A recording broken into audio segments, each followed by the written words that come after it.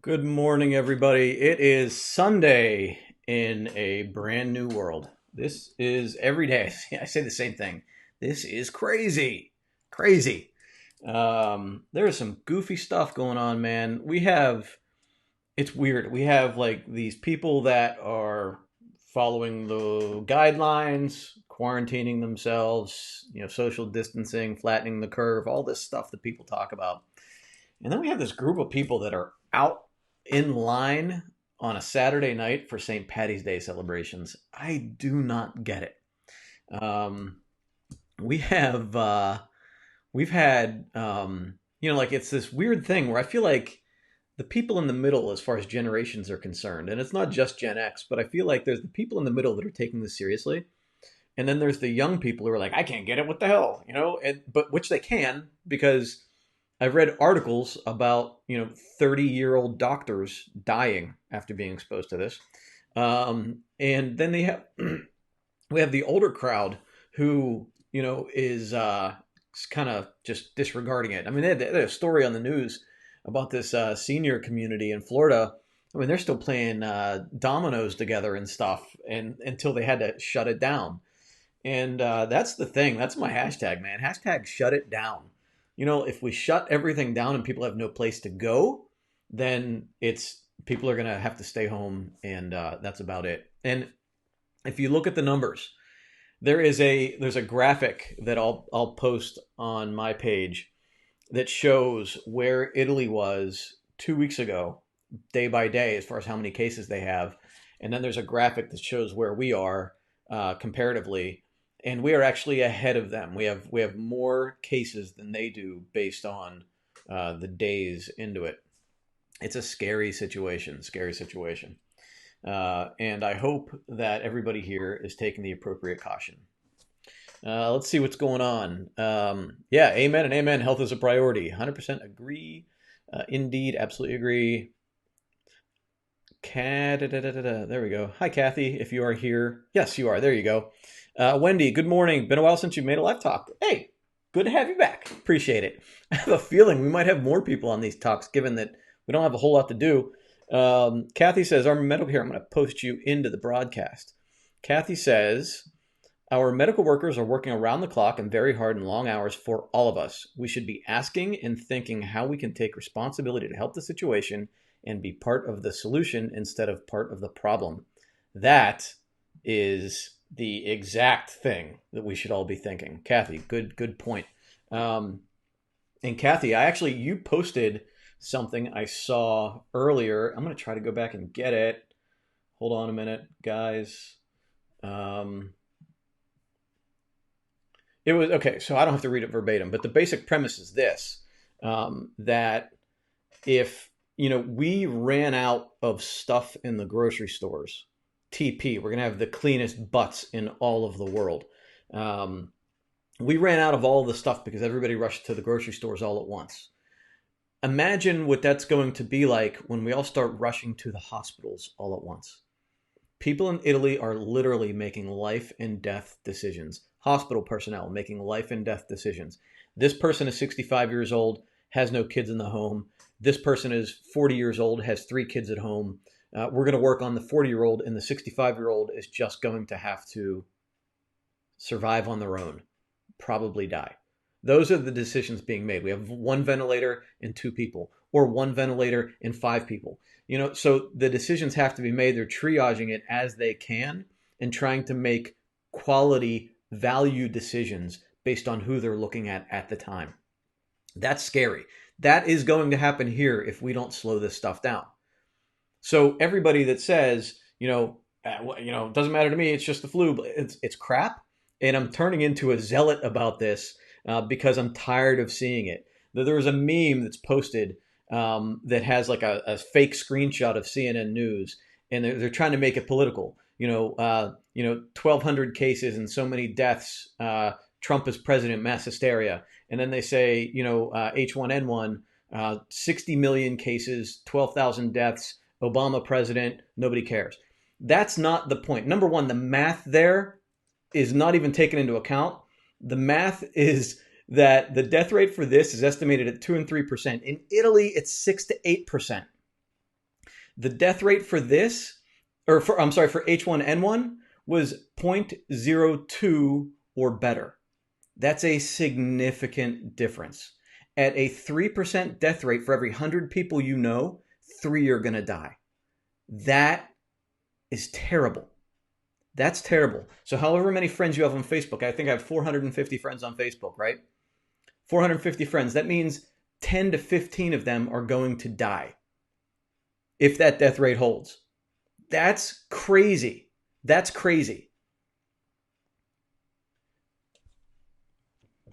Minnesota just closed school through the 27th. Yeah, Pennsylvania's closed. Well, my school district is closed through April 14th, and I have a feeling it's going to go on from that. My kids may never be back at school this year. That's what I'm anticipating. Um, Pamela says, "Thank you for the comment." Here, I'm going to put you on here. Um, Thank you for the comment. I myself, most of the day Friday, working with a vendor to bring his test on site for our patients, nursing home patients. Good for you, Pamela. Thank you. And I know you're in the medical community. You're not going to have any time off. In fact, you are probably going to be going crazy. I appreciate the work that you're doing.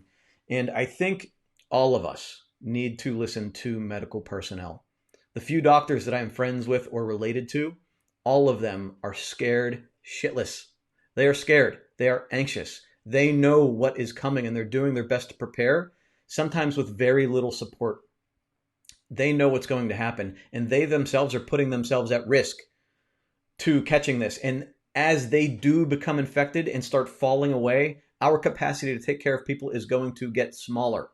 We need to do what we can to protect them. That means not getting infected ourselves. And I mean, it's funny because I had this random thought the other day. Like people talk about how much doctors get paid and overcharging and whatever. All right, so now, here's where they earn their money, right? So these are the people that are they're not cashing in at this point. They're not going to get paid, exorbitant amounts of money right now to put their lives on the line for all of us. And so I think that needs to be taken into consideration. These are our friends, our family also, and they are going to be out there doing things that we probably wouldn't do for ourselves or for other people. So, these people are going to put in a lot of hours, putting their lives at risk. We need to take that into consideration. And so that's that. One of a couple of the things I put on here, the topic of this video is empathy and entitlement. And I think they're on opposite ends of the spectrum in this conversation. Empathy, there's a lot of people, if we have empathy, we're taking into consideration what other people are going to be going through. We're taking into consideration that we don't want to spread this, even if I have a low risk. If my kids have a low risk, we don't want to spread it to other people. I don't want to walk around and infect somebody that ends up dying, because whether I'm aware of it or not, their soul is on me, right? That life is on me in a way, right? Like I might not be liable for that, but man, I don't want to ever, like, there's things you can't stop from happening. I get that, but I'm going to minimize the risk any way I can. Any way I can. And I think that, even the small business thing, like I understand that we want to support small businesses, and people are even making a show of being out at restaurants right now and supporting small businesses. But are we really supporting them? Is the wait staff? Do they really? I don't know. Do they really want to be there, or do they feel like they have to be there? Would it be easier if the decision was made for them that they just should stay home and take advantage of this 2 weeks that they're supposedly supposed to get for sick leave? I feel like no matter where we are, and we're all going to have financial hardships through this, some of us more than others. I think that financial hardship is something we can grow through, something that we have to survive through. But if it keeps the entire society rolling, that might be something we have to deal with. And I know for myself, if I were a bartender or if I were somebody working a shift where, if I don't show up, I could be fired. I'm going to show up, but I don't want to be there, and I would be scared to death. Everybody that walks in there is a potential carrier, and we're touching things. And I mean, you can try to be clean, but nobody knows exactly how robust this is. And if somebody's walking in and they're touching everything, how do you know you're not missing that one thing that that they touched that you didn't clean or failed to clean or failed to realize? And we all have these moments where we touch our faces and things. It's just scary. So I think we need to be extra cautious, and I think businesses, should be doing what they can do to mitigate it, and that might mean shutting down. So whatever you have to do. The other thing I've seen is like the shaming of the people that are preparing, right? That are staying home and not going out, that are putting out, the word about, staying home and trying to tell other people to stay home. And then there's these people, there's, even celebrities that are saying, you guys are being babies, blah, blah, blah. Like, there's no reason. Like, number one, you can't shame. I mean, we shouldn't be shaming people for doing what medical experts are saying to do. Stay home. Don't go out, right? Stay away from people. We shouldn't be shaming those people.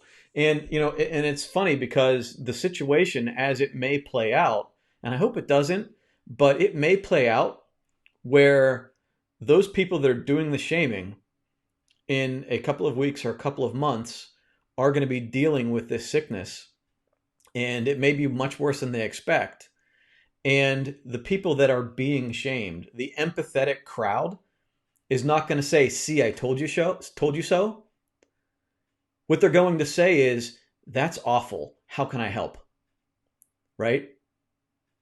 So these people, the people that are critical and shaming and judgmental and entitled in the way they behave, they never experience, they never understand the consequence of that. And when something happens, they're not going to say, "Man, I really screwed up." At least not most of the time, right?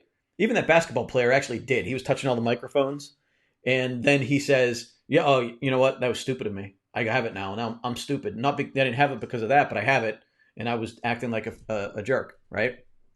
And that's not a quote, but that's kind of where his tweet went. But that's the thing, is you have people out there going, "It's not going to hurt me, not going to hurt me," and then here we go, right? And nobody has a scorecard, and nobody's saying, this, look here, you were out here, you were out here, you were out here, you were out here. Look at all the things you did. You brought this on yourself. Nobody's saying that. But it's, the fact of the matter is that's probably what's going to happen, or at least there's an increased risk that that's going to happen. But nobody at the end of this is going to hold a scorecard up to them and say, "Look what you did." It's not going to happen. But I think that's why these things perpetuate. That's why, like, we don't learn, because the good people aren't holding scorecards. It's the judgmental people, the entitled people that hold the scorecards, right? The one thing that I hesitate to bring up, because I'm going to try to walk this line that I don't make it so political, but the one thing that I saw, when whatever you're feeling about immigration from Mexico, and how we handled it, separating parents from kids and keeping kids in these isolated cells, right? Regardless of how you feel about that situation as a whole, the one place that I feel like we clearly crossed the line was keeping kids away from their families, away from their parents, and the blame shifting that happened. And I had this conversation with a lot of my friends who said, "Well, if you cared that much about your kids, you wouldn't have brought them in the first place." And you may feel that they shouldn't be coming into this country. Got it. Don't have to talk about it. But the one thing is that understanding, taking a moment to understand that they're running from something. They're trying to protect their families. The people that I had these same conversations with, like take a moment to understand where they're coming from. You don't have to like that they're coming. You don't have to agree with the fact that they're coming, or that we're letting them in or not letting them in. Like, that whole conversation, it's that one component of it. Like, take a moment to understand why they feel the need to even take that risk. And so now we look at the people running the grocery stores, loading up on toilet paper and hand sanitizer and all this other stuff, right? The same people that had zero empathy for those kids being pulled from their families are now running out and grabbing anything they can for themselves, right? And that, to me, like, that's like that example when it's happening to you, it's all justifiable. Any of your actions are justifiable. But when it's happening to somebody else, we can throw judgment at them, right? We can say, well, I would never do that.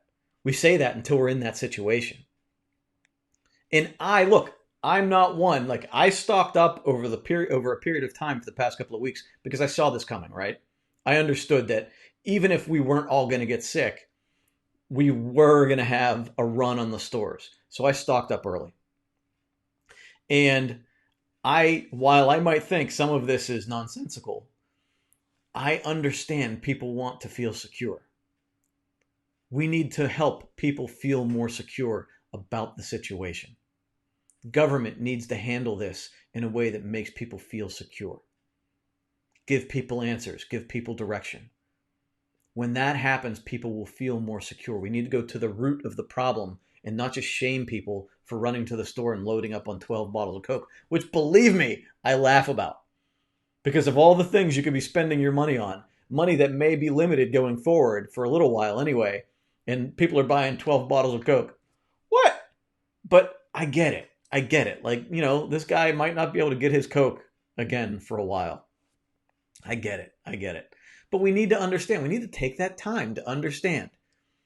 Democrat or Republican, whatever side you fall on, take the time to understand why some people might be experiencing this different than others. They might be scared to death because they have an underlying health issue. They might be scared to death because they have an old, elderly, frail parent at home with them. Maybe they have a kid with asthma. You never know what somebody is going through. We don't know what their financial situation is. If they don't have a job for the next month, what is going to happen to them financially? There's a lot that's going to have to shake out from this for months, if not years. So it's not the time to be posting memes about, oh, nobody got upset when this happened with Obama. Number one, is factually false, but number two, now is not the time. Now is not the time. Now is the time to be considerate of each other. Now is the time to protect each other. All right, I'm going to go into the comments because I heard a couple things going on.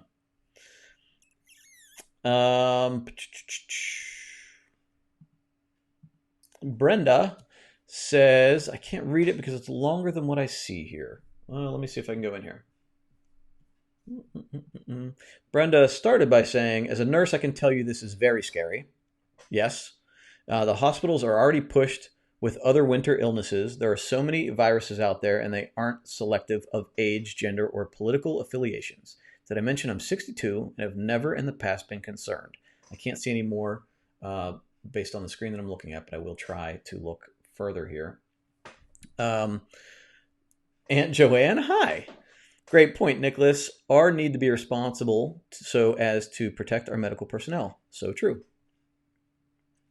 I've never been afraid for myself, but I'm going there. Says this is Brenda, a nurse. I've never been afraid for myself, but I'm getting there. I still love my profession and will hang in there. Thank you, Brenda. And Brenda, I've seen the same thing from doctors and nurses that I'm friends with, mainly on Facebook, right? They're just asking for consideration for themselves, which I'm sure you want for yourself, right? Like, you're going to have to deal with this. It just shouldn't have to be a nightmare. I mean, it's going to be a nightmare either way, I think, but it shouldn't have to be awful, like to the level that it's going to be, or it may be. Kathy says, Pamela, you are welcome. Our daughter is a manager of a family clinic at UNMC, and she is on many committees dealing with this on a daily basis and working her butt off to help others. Good.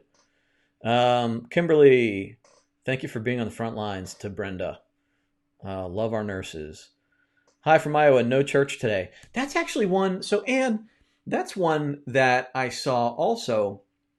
A lot of people were going to church today. In Pittsburgh, our diocese, they've shut down the churches, the Catholic diocese. I don't know what other people are doing, but church, they're saying, is one of the worst places you could go. So, yeah, I don't think I would be going to church. Nobody knows. Aunt Joanne says nobody knows how long this was going on before we were even aware of it, and that's the scary part. How many people are carrying it around? Somebody seemingly healthy, they're saying they could still be infecting people. That's scary. Kimberly, you're welcome. I'm going to put this up here because I appreciate you. Thank you. Um, 60 years old with asthma. I feel you. I feel you. That's a scary situation. Smokers should be scared. I would think. I mean, based on the what's going on in China, and and I think that we just stay home, stay healthy. If you have other people in your house, if they're leaving, impress upon them how important it is to you that you need to be healthy. We are like we went to go pick up my car yesterday at the dealership. My wife and kids stayed in the car, and I was the one that went in, grabbed the keys, and came back out and got in the car, and that was it. And I mean, even now, like I don't think there's much to worry about in Pittsburgh because they're saying there's no community spread yet. But even practicing it now, I mean, just to make sure. Like, and I even had a sanitizing cloth and wiped down the inside of the car, everything I touched. It's just practice it now, and then we don't make mistakes going forward, right? So build that mindfulness of it now. But I worry about my sister. My sister's 21 tomorrow, and she's probably not going to go back to my parents' house because she doesn't want to get my dad sick, especially her both of her parents, but she doesn't want to get my dad sick because he's older. Um, I don't know who this was because I can't see the name, but it says love you. Whoever you are, love you too. Pamela, isn't one of the ingredients the Coke products from China? It might be, but you know what I've seen, and this makes me feel good about even continuing to ship out our product, is that worst case scenarios, they're looking at like a day or two, it stays on surfaces. So what we've been doing is as products come into our place, we Lysol everything, although we're not getting anything else in here now. We Lysol everything. But in the time it sits in storage, it's all dead at that point. But I would say because a lot of people are resorted to purchasing from Amazon, Target, home delivery, all this stuff. Um, if you're really concerned about it, I would spray the box with Lysol, and even when you open the box, maybe spray inside of it. I mean that some people might see that as going overboard, but if you're worried about it, if you're concerned about it, because I got to imagine a distribution center like an Amazon distribution center, if it's still running, could be a major place where things crossing paths would take on something. So I don't think it's a matter of where it's from. If it's from China now, I think it's just a matter of where where it's here and who's the last one to touch it was. So I know UPS is taking steps. I looked it up on their site. They're taking steps to sterilize and do what they have to do.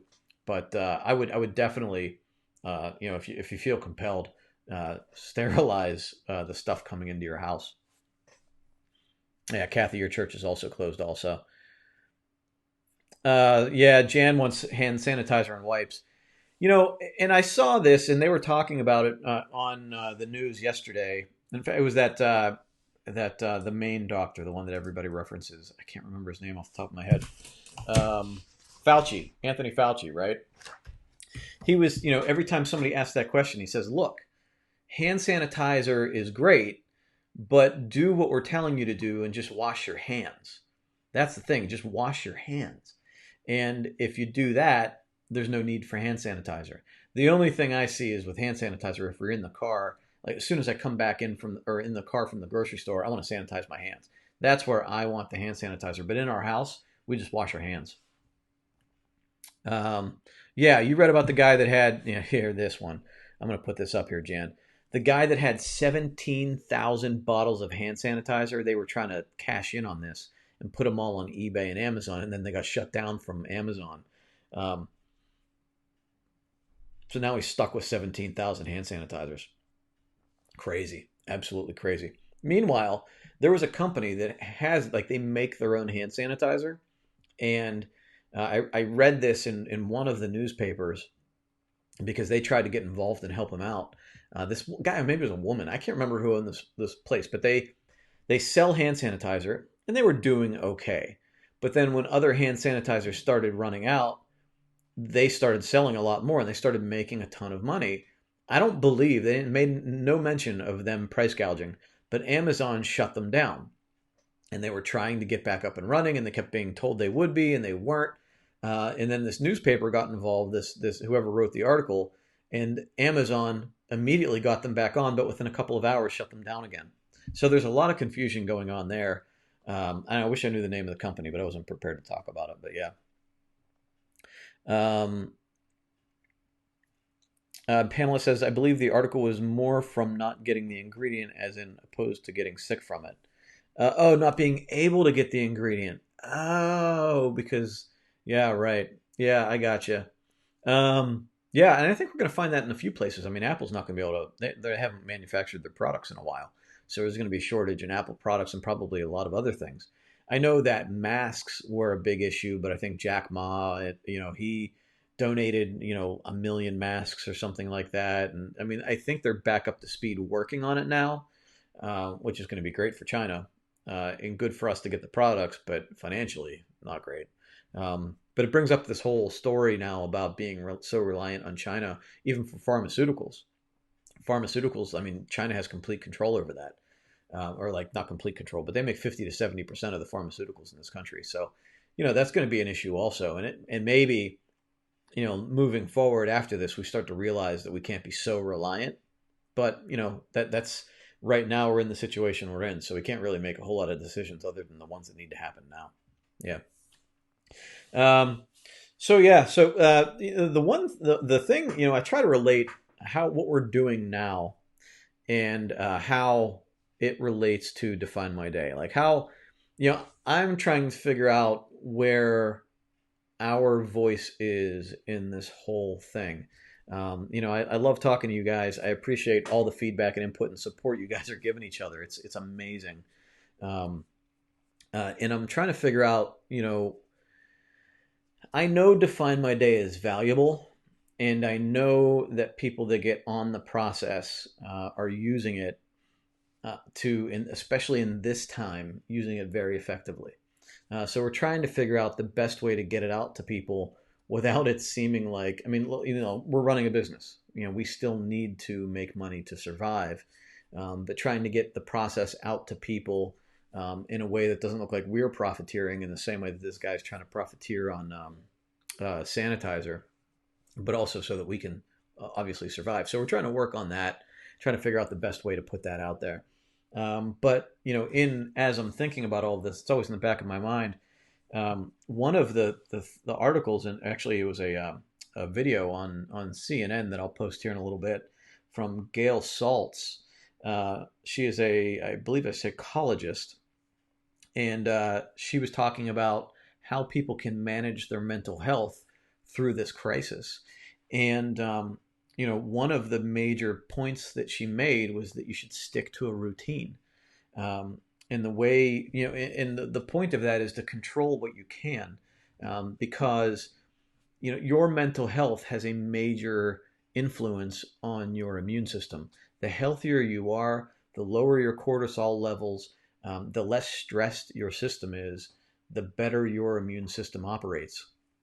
So she gave tips on how to make sure that you are in the best shape possible while in this sort of self isolation that we're doing. So I wanted to go through this list because a lot of it rings true to what we're trying to do with Define My Day, right? A lot of it is part of the Define My Day process. So her major thing is control what you can, right? The big thing being your routine. Control what you can, because a lot of things now you feel out of control. There's a lot going on in the world right now where you might feel victimized, you might feel anxious, incredibly stressed, and you want to do what you can. Your circle, we've brought ourselves, it's all in now, right? Like, so right now I can only control what's in my house and the people that I speak with online or on the phone. That's about it. Like, so what I could have done for myself as far as growing my business and getting out and doing things, now it's all like within these walls in this house. So, but I can control what's going on in here, and these are the main things that she talks about. Number one is washing and distancing. So wash your hands and distance yourself from people outside of your house. Generally within a couple of weeks here, you're going to find out that everybody in your house, as long as they're not going out, everybody in your house is safe, right? We don't have anything.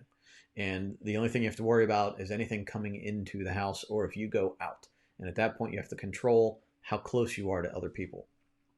Um, the other thing, the big component is structure and routine. So you want to create a schedule for yourself. Try to keep the same wake time that you've always had. So if you wake up normally at 7 in the morning, you still continue to wake up at 7 in the morning. And that's probably the easiest thing to let go first, right? I don't have to go to work. I don't have to do anything today. I am where I am. I'm only at home. So I can wake up whenever I need to wake up. And she is saying, keep yourself on a regular schedule. Wake up at the same time every day. Structure your day. So the same wake time. If you have kids, give them schoolwork. For yourself, have learning time scheduled. Have scheduled work time if you're going to be able to work from home. Sit down at a certain time. Clock in, clock out. Keep up a regular routine for work also. She says exercise for 30 minutes every day.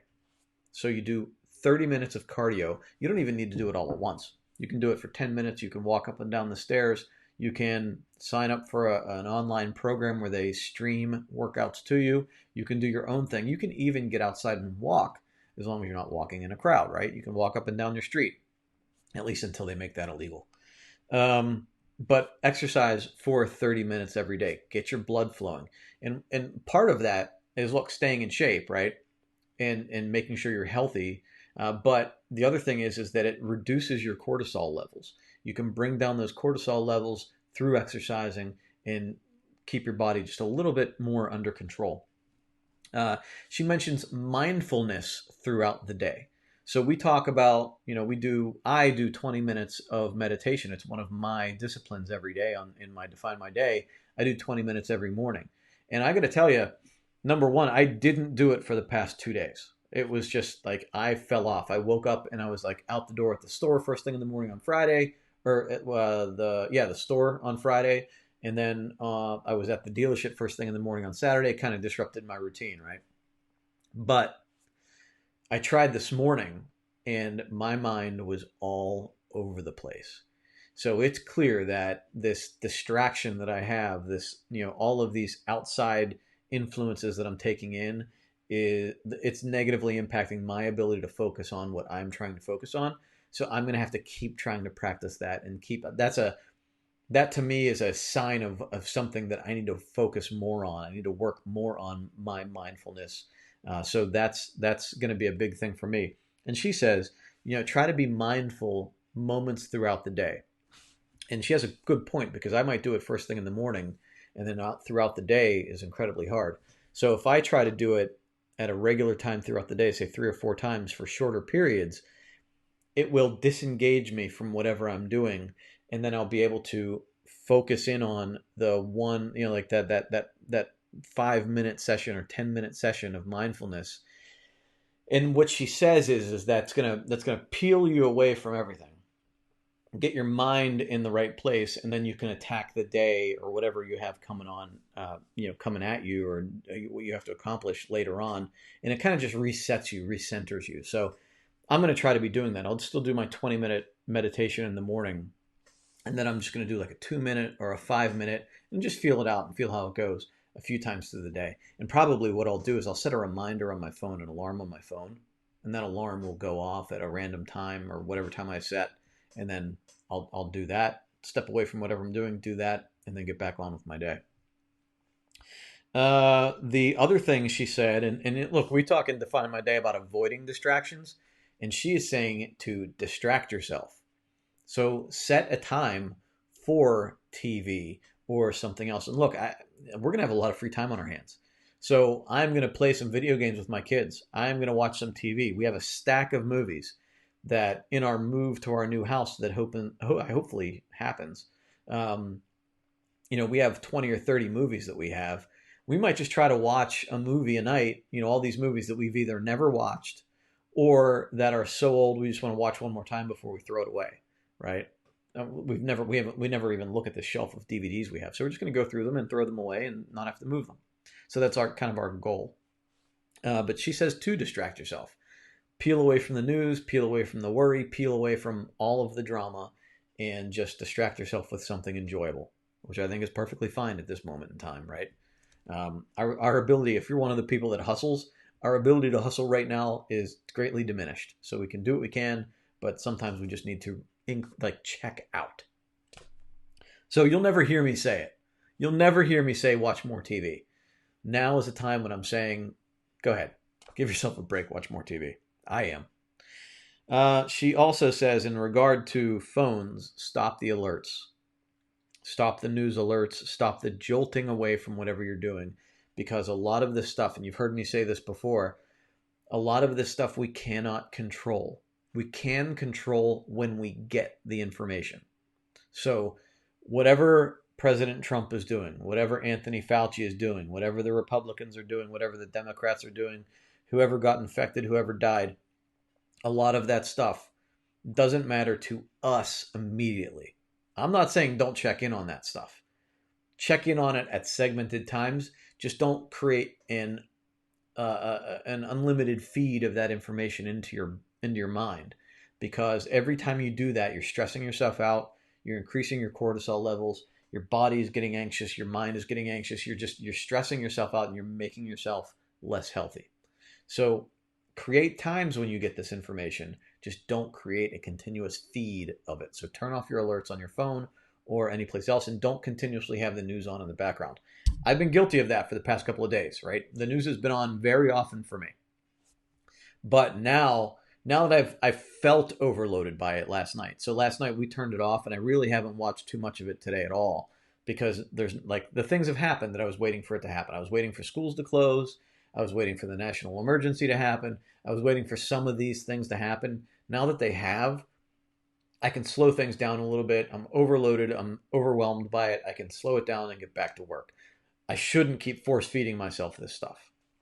And then finally, the last thing she says is to continue to be social. Even try harder to be social.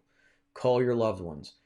Look at them. Like set up a Zoom or a Skype call or a FaceTime call, whatever you have, whatever resources you have, and like actually look at somebody in the eye. We all get in this habit of talking on the phone, and maybe we put our earbuds in, or we're cooking and we're sort of half listening to the conversation. Actually, look at somebody in the eye through whatever means necessary and have a conversation. It could be 5 minutes every day. It could be 20 minutes. It could be 2 hours, whatever's appropriate for you. Maybe you can even do a group FaceTime. My kids been doing that. They do group FaceTimes where they're all on the phone and they're all talking to each other on the phone. But doing that, we're social animals, right? That's why a lot of people are still going out right now, because they want to be in a social setting because it brings down that anxiety. But that's not healthy right now. So be social, but be social in a virtual way. A lot of people are, there's a lot of conversations going on Facebook. That's okay, but it's not as good as having a real conversation. So do both. Talk to people on Facebook, commiserate, get into people's comments and start, putting out some good conversation. But also make sure you're getting that face-to-face contact. But that was the extent of her conversation on CNN. I will post that video in the comments here, and I'll post it on my page too, so you guys can see it. But yeah, you gotta take care of yourself, and the Define My Day process that we talk about is ever more important now. We need to be more disciplined with our time now, because now is the time we're going to be tempted to let things slide. Our mindset, our health, our habits. Now is the time to double down on that stuff. We need to keep ourselves healthy so that we can be in a better place to assess the situation, to react as we need to take advantage of positive situations as they arise. So stick to it. I know a lot of you in this group are using it. You're using it every day, and I've even seen people's comments saying that they wish they would have used it more for themselves in the past couple of months, because it would have put them in a better position now. And I get that. And we felt the same way. We've had those conversations in my house too. Like, if we would have done this, we would have been in a better position now. I get that, but we can't harp on that. We can't say, well, I wish I would have. All that we can do is look at where we are now and make the best decisions now.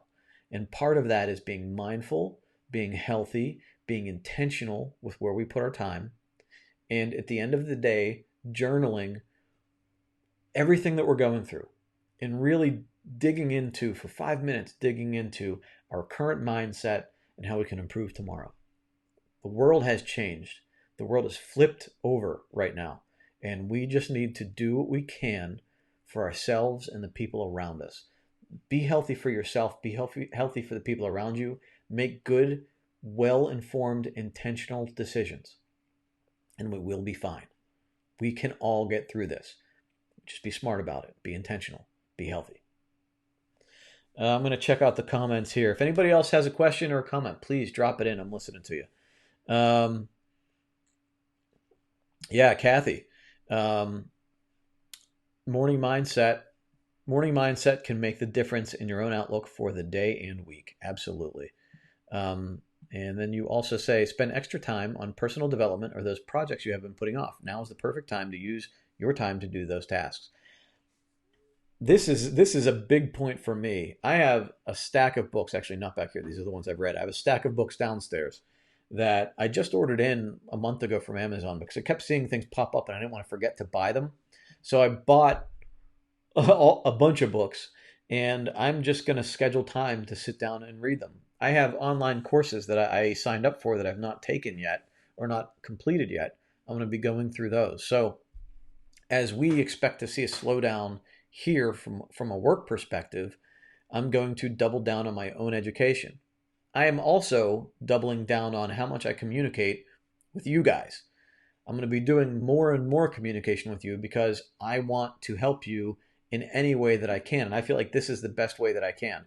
I'm not a medical expert. I am not a epidemiologist. I am not, I'm not all these areas where somebody else has the ability to help. What I can do is talk you guys through this and help you come up with new ways to stay healthy for yourself. And that's my goal. If you guys can help me out in any way, if you have questions, please let me know and I will be here to do this with you. So please, I'm with you. Help me out and let me know how better I can do that for you. Kimberly says, I agree with the mindset. I'm having difficulty with that as well. Taking a break to read Atomic Habits has helped. That's a great book. And that's the thing is that so we have a lot going against us right now, right? We have a lot of things that are going to weigh on us and a lot of things we can't control. And you have to sort of let it go. We're in the situation we're in and we just need to move forward. Move forward is something I put in my daily theme almost all of the time. And right now, it's move forward, regardless of the circumstances, regardless of what's pushing us back, regardless of regardless of how hard it looks. We need to keep moving forward. Lori, you love our times together. I do too. I do too. I appreciate you guys. I will. I think the what I'll try to do is maybe do it more on a set schedule now that there's not a whole lot going on outside the house. I'll try to do it more on a set schedule, whether we do it like 9 a.m. Eastern or 10 a.m. Eastern. And maybe I'll even try to drop in on the afternoon too and update everybody. But I'm going to try to do more articles online. I'm going to upload all of this stuff to YouTube. It's also going on to the podcast. So if you want to listen, it's going on to the Defining Life podcast. So you guys will have the opportunity to have this, if you can't listen to it live, it will be available for you in other places also. So I'm going to continue to try to do this with you. And, as the situation progresses, I'm sure we'll have plenty to talk about. All right, but I'm going to get going. I have to eat my lunch, and I think I'm going to go play some video games with my kids. So I'm going to get going. But I appreciate all of you. I appreciate everybody that was in here, giving your feedback and insight. If you are a medical personnel, a teacher, somebody that's out there doing everything they can, I appreciate you, and you are in my prayers. Take care, everybody. Keep moving forward, and I will talk to you tomorrow.